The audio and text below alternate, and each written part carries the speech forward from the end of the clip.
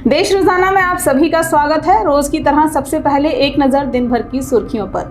Cabinet में मिल सकती है डिजिटल प्रोटेक्शन बिल को मंजूरी, मानसून सत्र में रखा जाएगा प्रस्ताव। यूसीसी पर all India Muslim personal law board की बैठक, ड्राफ्ट पर मंथन।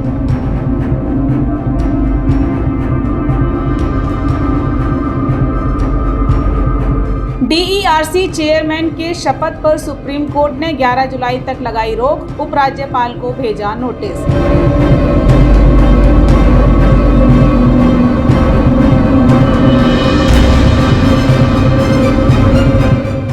कुवैत को हराकर भारत लगातार दूसरी बार बना शेफ चैंपियनशिप, पेनल्टी शूटआउट का विजेता 4-5 से जीता।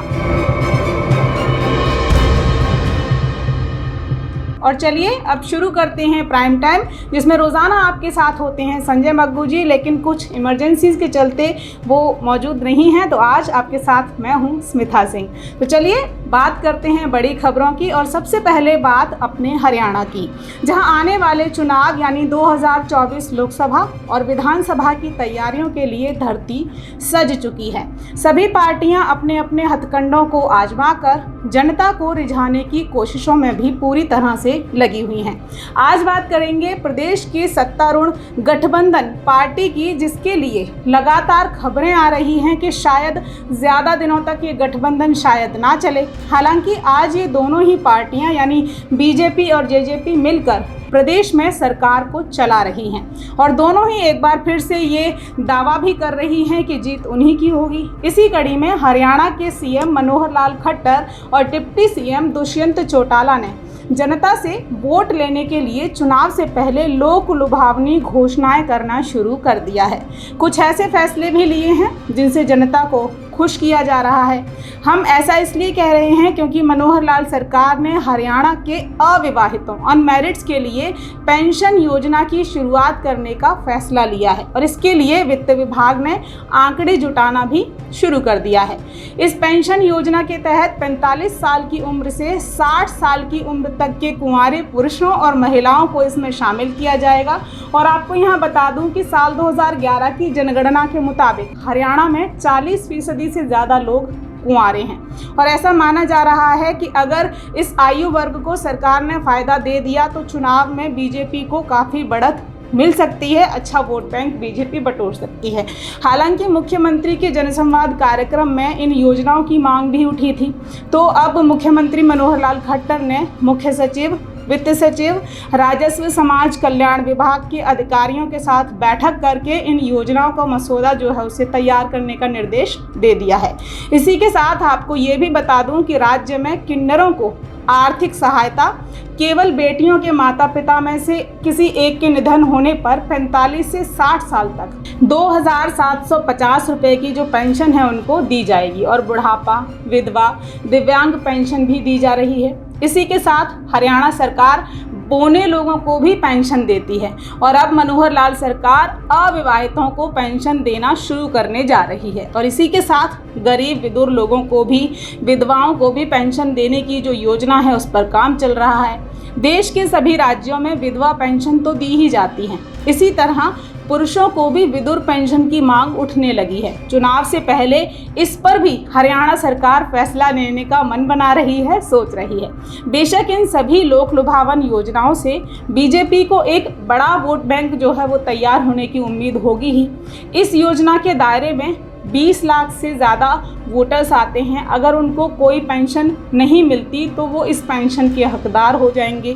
ये पेंशन 2,500 से 3,000 रुपये के बीच तय करने पर बात चल रही है। इसी के साथ शायद बीजेपी ये भी सोच रही होगी कि हरियाणा में लड़कियों की कमी के चलते यहाँ के लड़के बाहरी राज्यों से शादी करके लड़कियाँ लाते हैं। हरियाणा में 35 लाख अविवाहित लोग पश्चिम बंगाल, केरल, बिहार, असम, उत्तर प्रदेश, मध्य प्रदेश और उत्तराखंड की महिलाओं से शादी करते हैं, और वो भी उम्र दराज हो चुकी होती हैं जो पेंशन की हकदार बन जाती हैं। तो इससे ये भी एक बड़ा वोट बैंक यहाँ पर बीजेपी के लिए तैयार हो सकता है। वोट बैंक की राजनीति के तहत हरियाणा में एक और फैसला भी लिया गया है। अब हरियाणा में रेस्टोरेंट 24 घंटे खुले रहेंगे और इन्हें रात में बंद करने का कोई दबाव जो रेस्टोरेंट के मालिक हैं उन पर नहीं होगा। ये फैसला प्रदेश के डिप्टी सीएम दुष्यंत चौटाला ने लिया है। उन्होंने बताया कि जनता की सुविधाओं को ध्यान में रखते हुए सरकार ने ये फैसला लिया है। हालांकि उन लोगों के लिए तो राहत की खबर है जो रात को देर से काम से लौटते हैं, उनके ऑफिस में खाने की कोई सुविधा नहीं होती, बंदोबस्त नहीं होता, तो वो कुछ आराम से खा सकते हैं, कभी भी खा सकते हैं देर रात। चंडीगढ़ में डिप्टी सीएम दुष्यंत चौटाला की अध्यक्षता में हुई बैठक में ये फैसला लिया गया है कि प्रदेश में 24 घंटे रेस्टोरेंट खोले जा सकते हैं और रात में इन्हें बंद करने के लिए मालिकों पर कोई दबाव, कोई बैन, कोई प्रतिबंध नहीं रहेगा।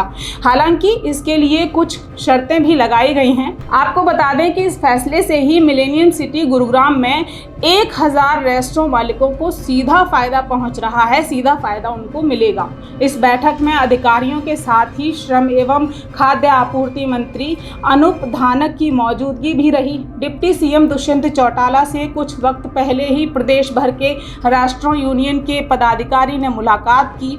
उनकी मांग थी कि राज्य सरकार उनको अपने रेस्टोरेंट 24 घंटे खोलने की इजाज़त दे दे, परमिशन दे दे, ताकि लोगों को ज़रूरत के मुताबिक खाने का सामान किसी भी वक्त मिल सके।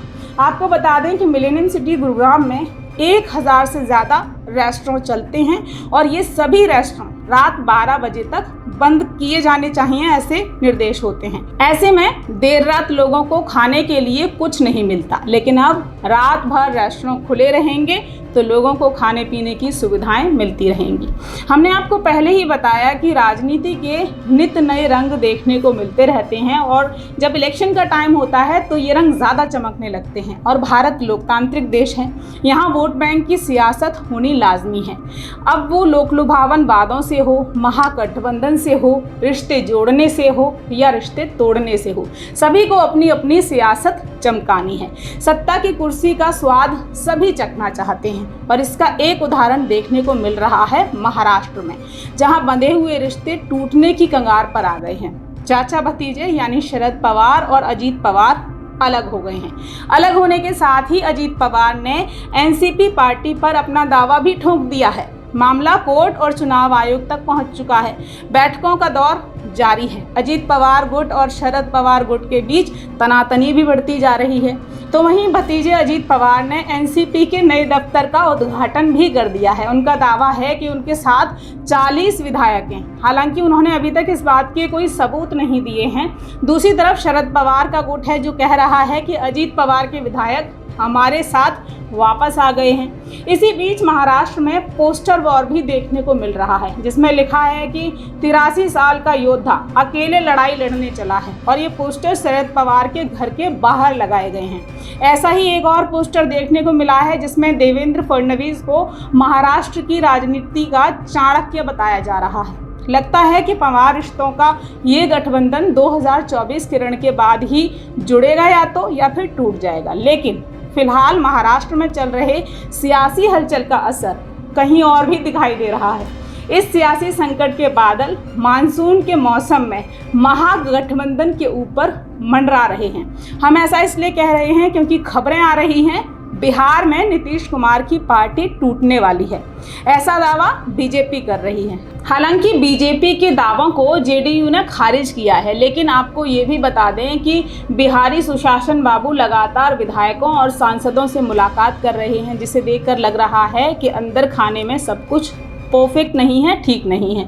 नीतीश कुमार को चिंता तो सता ही रही होगी, क्योंकि अभी कुछ दिनों पहले ही उन्होंने पूरे विपक्ष को एकजुट कर 2024 के सियासी समर का शंखनाद अपने पाटलिपुत्र की भूमि से ही किया था। और इसी बीच महाराष्ट्र में ये मामला, ये हंगामा, बिहार में पार्टी के टूटने की खबर से तो यही लगता है कि 2024 का चुनावी रण वाकई में तैयार हो रहा है, क्योंकि हर रोज सियासत अपने रंग बदल रही है।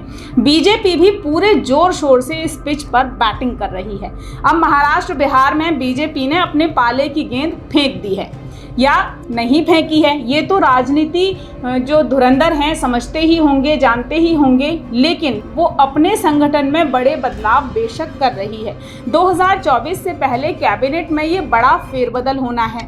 ऐसी खबरें आ रही हैं कि इस बीच बीजेपी ने अपने 4 प्रदेश अध्यक्ष बदल दिए हैं। 4 नए चेहरों को इन प्रदेशों की कमान सौंपी गई है। बीजेपी कैबिनेट में भी बदलाव होगा, इसके संकेत अभी कुछ दिनों पहले हुई पीएम की जो मीटिंग थी, जो उन्होंने अध्यक्षता की थी, जिस मीटिंग की उसमें हो चुकी है। साथ ही हाई लेवल मीटिंग में भी इसके संकेत मिले हैं। कैबिनेट की बैठक हुई है जिसमें 2024 के रोड मैप पर भी मोहर लग चुकी है।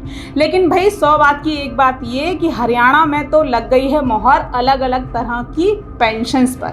कुंवारों के लिए, बेरोजगारों के लिए, बुजुर्गों के लिए, विधवाओं के लिए, विधुर सबके लिए पेंशन ही पेंशन है। तो फिर क्या टेंशन है? चुनावी माहौल में ये सब चमचमाहट चलती रहेगी। और अभी के लिए मुझे दीजिए इजाज़त, फिर होगी मुलाकात उन मुद्दों के साथ जो रखते हैं आपसे सरोकार। नमस्कार। हमारे साथ जुड़े रहने के लिए देखते रहिए देश रोजाना का YouTube चैनल। सब्सक्राइब कीजिए, साथ ही देश रोजाना की खबरें सबसे पहले देखने के लिए प्रेस कीजिए बेल आइकन।